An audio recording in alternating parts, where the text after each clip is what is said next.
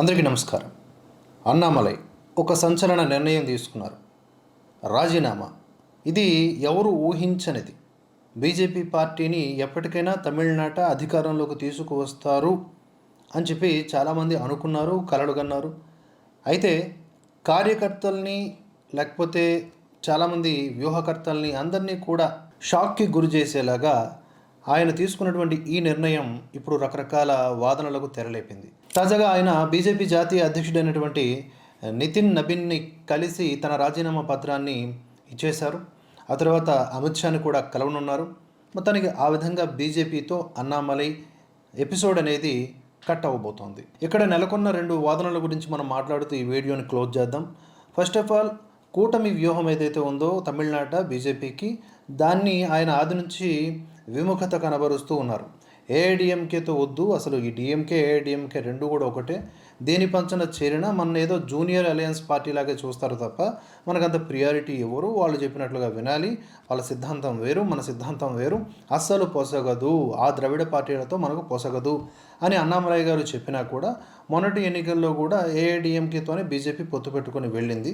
ఆ తర్వాత రిజల్ట్స్ అన్ని మనం చూస్తూ ఉన్నాం. అయితే ఇప్పుడు టీవీకే పార్టీ ఏ విధంగా ఒక నూతన ఒరవడి సృష్టించి ఒక అద్భుతమైన విజయాన్ని సాధించిందో విజయ్ టీవీకే, అదే స్థాయిలో ఇప్పుడు అన్నామలైకి కూడా అవకాశం ఉంది అనేలాగా చర్చలు ఉన్నాయి. ఎందుకంటే ఆయనకి ఏ విధంగా అయితే సినిమా గ్లామర్ ఉందో, రాజకీయంగా ఒక మాజీ ఐపీఎస్ అధికారిగా ఎలాంటి మచ్చలేని జీవితాన్ని నిలిపినటువంటి వ్యక్తిగా అన్నామలై గారికి కూడా అంతే ఫాలోయింగ్ ఉంది అక్కడ. ముఖ్యంగా ఆయన సామాజిక వర్గానికి సంబంధించిన కొన్ని ఏరియాలు ఏవైతే ఉన్నాయో అక్కడ కూడా అతనికి మంచి పట్టు ఉంది. దీంతో పాటుగా ఆయన తాలూకా వ్యూహ రచనలు కూడా బాగుంటాయి. లాంగ్ రన్ అంటే దీర్ఘకాలిక లక్ష్యాల మీద ఆయన ఇప్పటి నుంచే పనిచేసే విధానం కూడా మెచ్చుకోదగ్గది. అయితే ఇది బీజేపీకి అప్లై చేశామనుకోండి, ఇదే అన్నామలై గారిని బీజేపీ కోసం అలాగే ఉంచారనుకోండి, ఎప్పటికీ అది లక్ష్యాన్ని చేరుకోకపోవచ్చు.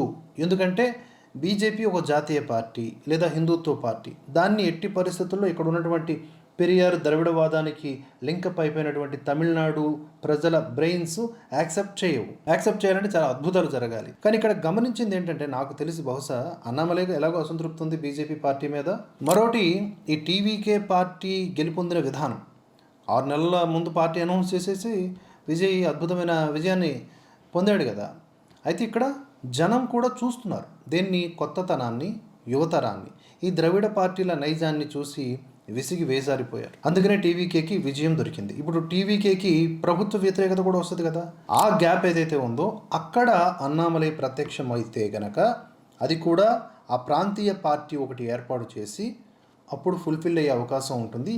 ఇవాళ కాకపోతే ఒక 15 సంవత్సరాలకో 10 సంవత్సరాలకో ఆయనకంటూ ఒక ఐడియాలజీతో తమిళనాట రాజకీయంగా సక్సెస్ అయ్యే అవకాశం ఉంది అనే ఆలోచనతో ఆయన ఈ నిర్ణయం తీసుకుని ఉండొచ్చు. ఉన్న సమాచారం మేరకు తమిళ జాతీయవాదం ప్లస్ సుపరిపాలన అనేటటువంటి లైన్తో ద్రవిడ సిద్ధాంతాలకు భిన్నంగా అవినీతి రహిత పాలన, యువతకు ప్రాధాన్యత, తమిళ సంస్కృతి అస్తిత్వాన్ని గౌరవించే సరికొత్త అజెండాతో ఆయన ప్రజల్లోకి వెళ్లాలని చూస్తున్నారట. కోయంబత్తూరుతో పాటుగా తమిళనాడు రీజియన్లో ఆయనకున్న సామాజిక వర్గ మద్దతు, గౌండర్ సామాజిక వర్గ మద్దతు, యువతలో ఉన్నటువంటి క్రేజు తన పార్టీకి, తన కొత్త పార్టీకి బలమవుతాయని ఆయన నమ్ముతున్నారు. ఆ తర్వాత విజయ్ ఫ్యాక్టరు, అక్కడ ఆయన ప్రభుత్వ వ్యతిరేకత వచ్చిన తర్వాత అక్కడ ఉన్న వాక్యూమ్, దీన్నంతటినీ కూడా క్యాష్ చేసుకోవాలనుకుంటున్నారు. అన్నిటికీ మించి ఇప్పుడు అమిత్ షా ఏది చెప్తే చేయాలి, మోదీ ఏది చెప్తే చేయాలి, జాతీయ కార్యవర్గం ఏది చెప్తే చేయాలి అనే ఆ బంధకాల కంటే ఇప్పుడు ఒక స్వేచ్ఛ, తన ఐడియాలజీని నీట్గా తీసుకువెళ్ళేటటువంటి అవకాశం ఉంది. అయితే ఇక్కడ జనం ఎలా ఆలోచిస్తున్నారంటే, సోషల్ మీడియాలో వచ్చిన కొన్ని కామెంట్స్ ఆధారంగా చూసుకుంటే, అన్నామలై గారు కొత్త పార్టీ పెడితే దానికే మేము సపోర్ట్ చేస్తాం, బీజేపీ కంటే కూడా మాకు అన్నామలై ఎక్కువ అని తమిళనాట ఉన్నటువంటి క్యాడర్ చాలా వరకు రెస్పాండ్ అవుతున్న తీరు కొంచెం డిఫరెంట్గా ఉంది, ఆలోచించదగ్గది కూడా. అంటే అక్కడ అంత స్థాయిలో ఆయన తన యొక్క ముద్ర వేయగలిగారు. సో మొత్తానికి ఆ విధంగా అతను రాజీనామా తీసుకోవడానికి గల నిర్ణయాల్ని మనం భావించవచ్చు. కానీ ఇంకొక యాంగిల్లో కూడా చర్చలు నడుస్తున్నాయి. అదే అమిత్ షా ప్లాన్ బి వ్యూహం. ఎప్పటికైనా అక్కడ బీజేపీ అధికారంలోకి రావడం కష్టం కనుక అన్నామలైతో వెళ్ళినా ఇంకెవరితో వెళ్ళినా కూడా అదే బీజేపీ, అదే ముఖం, అదే మోదీ, అదే అమిత్ షా, ఇదంతా వర్కౌట్ అయ్యే వ్యవహారం కాదు. ఎందుకంటే అక్కడ జాతీయవాదము అనేది అడుగంటికి పోయింది. ఏమో అలాంటి వాదనతో మనము జాతీయ పార్టీ రూపంలో వెళ్తే యాక్సెప్ట్ చేయరు. కనుక ప్లాన్ బిలో భాగంగా ఒక కొత్త పార్టీ ద్వారా అన్నామలై ఒక స్థాయికి చేరిన తర్వాత అక్కడ అవసరమైతే మళ్ళీ బీజేపీతో పొత్తు పెట్టుకోవటము ఇలాంటివి చేసి మొత్తానికి తమకున్నటువంటి లక్ష్యాలని, ఐడియాలజీని తమిళనాట ఎప్పటికైనా సరే ఇంక్లూడ్ చేసేలాగా, అక్కడ కూడా ఇంప్లిమెంట్ చేసేలాగా ఈ యొక్క ఆలోచన చేసినట్లుగా కూడా అనుకుంటున్నారు. చర్చలు జరుగుతూ ఉన్నాయి. అన్నామలై బయటకు వచ్చి సొంతంగా ప్రాంతీయ పార్టీ పెడితే ఆయనకు పక్కాగా తమిళ ముద్ర వస్తుంది. దీనివల్ల బీజేపీని వ్యతిరేకించే ద్రవిడ పార్టీలైనటువంటి డిఎంఏ, ఏఐడిఎంకే వంటి పార్టీల పాలన నచ్చని ఓటర్లు, యువత అన్నామలై వైపు ఆకర్షితులవుతారు. ఎన్నికల తర్వాత లేదా అవసరమైతే ఈ రెండు పార్టీలు అంటే బీజేపీ, అన్నామలై పార్టీ కలిసిపోతాయి అనేలాగా చర్చలు నడుస్తూ ఉన్నాయి. ఇక ఏఐడిఎంకేను కూడా సైలెంట్గా అణిచివేయటం ఈ వ్యూహంతో మనకి కనిపిస్తూ ఉంది.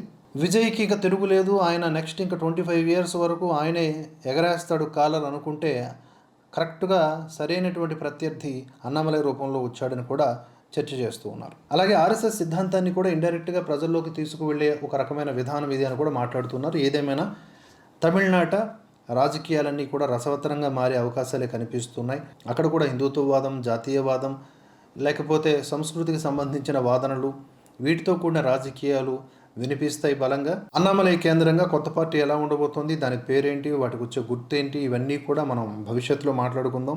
అయితే ఇది అమిత్ షాకి అన్నామలై కొట్టిన దెబ్బనా, లేకపోతే అమిత్ షా ప్లాన్ బిలో భాగంగా అన్నామలై చేస్తున్న వ్యూహరచన, ఇదైతే ప్రస్తుతానికి క్లారిటీ లేదు. ఏదేమైనా అన్నామలై లాంటి ఒక కీలకమైన నేత అఫీషియల్గా ఆ పార్టీకి రాజీనామా చేయటం ఒక రకంగా ఆ పార్టీకి నష్టాన్ని చేకూరుస్తుంది అనేది సత్యం. మరో అంశంతో మళ్ళీ కలుసుకుందాం. జై హింద్, జై భారత్.